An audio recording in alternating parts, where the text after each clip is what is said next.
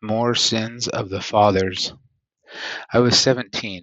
I had just come home from work on a Sunday, and Dad was sobbing, rummaging through his room. I asked what was wrong, and he said he'd be right back. Grabbing his temple bag that was bulging with clothing and garments, also known outside the Mormon religion as magic pajamas, he walked down to his church. Grandma pulled up and asked where Dad was. My friend and I are sitting on the couch watching TV. I told her what had happened and that he said he'd be right back. She sat down to wait, not saying another word. That was about the time that my friend and I looked at each other, knowing something strange was going on. Dad came back and asked my friend to go home. He left without any issues, and Dad sat me down on the couch. Through his sobs and tears, he proceeded to tell me, I've done something bad, really bad. I'm going to have to repent for it, and it's not going to be easy for either of us. I don't know what's happening for now, but I'll tell you what you need to know when you need to know, he said. At this point, I'm completely lost, but I'm sticking by his side. Whatever happens.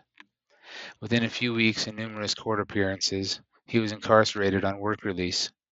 I remember the motorcycle riding group BACA, Bikers Against Child Abuse, showing up to each of his appearances, and I didn't know why or who they were until later in life when I tried joining them and was denied because of my dad's past.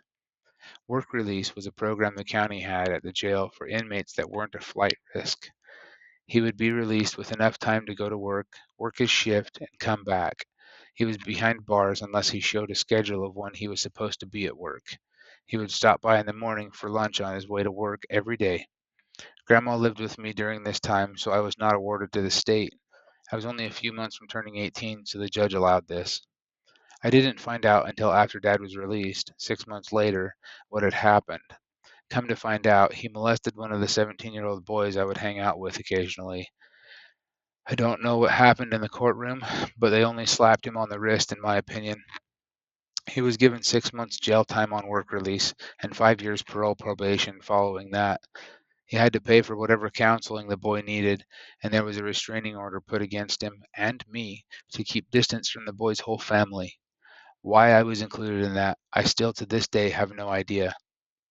I moved out the day I turned 18. I secured an apartment and was leaving. I was a grown man and didn't need to be there anymore. I never moved back in either. I lived in my car for a week at one point in time, just so I can say I never had to move back in with my dad.